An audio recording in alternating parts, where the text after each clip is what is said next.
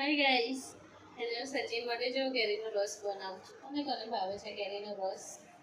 જેને ખાવો એ આવી જાઓ કેરીનો રસ ખાવા. અને ગરમા ગરમ પૂરી.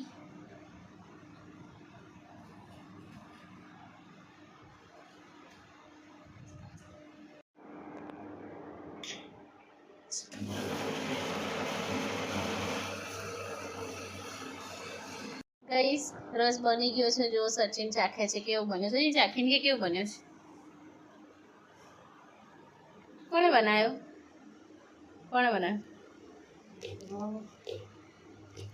તે તો ખાલી મિક્સર ચલાવ્યું છે.